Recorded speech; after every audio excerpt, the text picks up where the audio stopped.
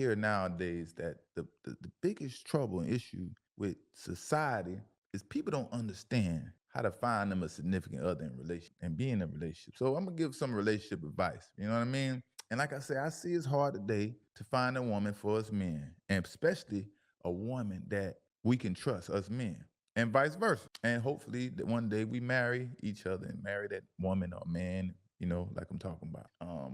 Relationships is something I'm very experienced in. I've, having numerous relationships since starting in seventh grade. I jumped off the porch early, y'all. I started since seventh grade. Don't ask me why, don't ask me how. That's just how went back then. And I had my first child at the age of 18. But my baby mama was pregnant at 17. We were both 17 years old. And after that relationship ended, then I had two more children from another short-term relationship that I met in college. I got food. She tricked me and was cooking and doing all this good stuff and flipped the script and turned into a crazy lady on me. So no, I'm not gonna stick around. I'm not gonna settle. I got to be happy. So boom, moved on. Now I have three children with my wife, right? I've been married 12 years and I've been friends with my wife for 19 years, almost 20 years. So what do you do when you're looking for a relationship? What are the things? What do you go by? And you first have to ask yourself, whether you're the man or the woman, what are you looking for exactly? If you want an open relationship, you have to express that. If you just have to be honest with yourself. Me, I look for a woman that could identify as close to my mother as possible. Have the same characteristics as close as I could get to my mom, and treat me as close to my mom treated me, because that was very important to me. Now, of course, we want to be attracted to that person, or we have to be attracted with that person. I wanted the person or that lady, that woman, to have the same characteristics as my mom, understood how my mom treated me, and of course I had to be attracted to that woman. And also, of course, good with the kids and so on and so forth. Gotta be great with the kids. That's not even debatable. Like if you can't be good with any kids, there is not even a chance that we can keep dealing. We might meet up for drinks and that's about it. Me being a leader of a family is never a problem, nothing I ever was worried about. I just needed that person that can hold it down with me. Every woman, I don't care how tough, how rough and tough you think a woman thinks she is. Every woman loves a man that can be a good leader. But you got to understand what a good leader is. But understand, being a good leader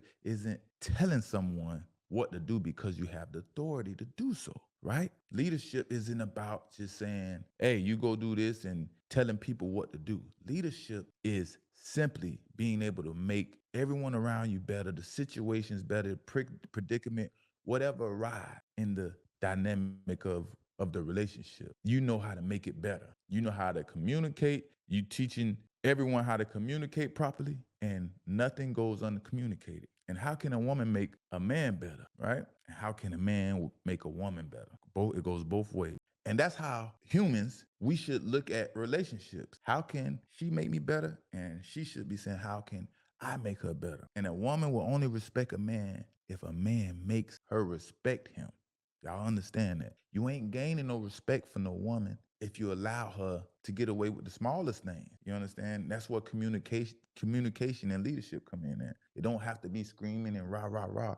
You just have to understand, no, you're not posting on the gram like that. Or no, you're not wearing that type of outfit outside. Like, even if you're attempting to, that shows me your mentality. So I have to note that in my head. And if you're not noting that and making everybody aware of this, you and her, that's a sign of disrespect. You're gonna continue to be disrespect, and you allow that woman to get away with certain things, continue to certain things, then cheating come around. Then what do you do? Then when a woman cheats, that respect is pretty much gone. And that respect will no longer exist. Of course, there are certain situations where a man and a woman stepped out on each other and worked it out and restored all respect. But that's like probably like 1% of chance of that happen. Once the cheating happened, all lines are broken. Now, obviously, we know, and men are biased. When you're a leader and you hold it down for the family, I guess,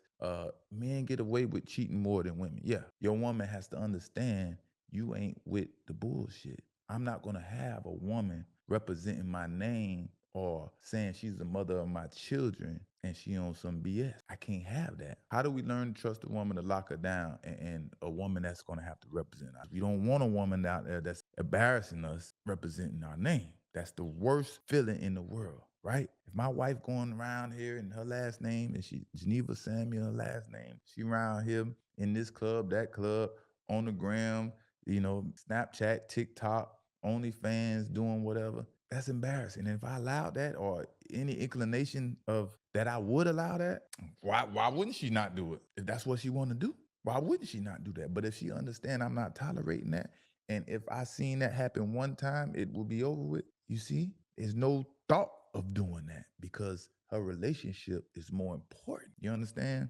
It's like a psychological type of thing.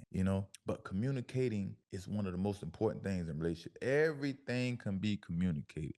There shouldn't be nothing that goes on within a household that hasn't been talked about. Who buys the groceries? Who cooks at night? Who takes the kids to school? Who cleans up what day? What bill is being paid?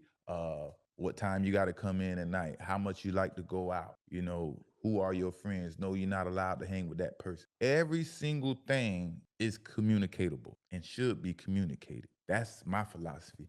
And sometimes you run across people that don't know how to communicate. And that's another part of being a leader. You have to teach your kids, your family, your significant other how to communicate as a leader. And if you want to be a good leader, you better know how to communicate. You got to understand, if a man wants a woman to fully submit to us, we got to have our shit together financially, because it's hard for a woman to go out here and take care of kids, work a 9 to 5, come home and supposed to be submit to a man, cooking, cleaning, sex, and all that good stuff. You understand what I'm saying? Yeah, it could be done. I'm sure it's been done before, but I'm sure it's stressful and a lot of complaining and things that's being done that really don't want to be done because it's forced and there's no happiness. So communicate all these things, all right? And if a man wants a woman to submit, man, you gotta be a provider. You gotta provide something. Other than that, that woman knows she gotta go out there and provide for herself, and providing it just not financially.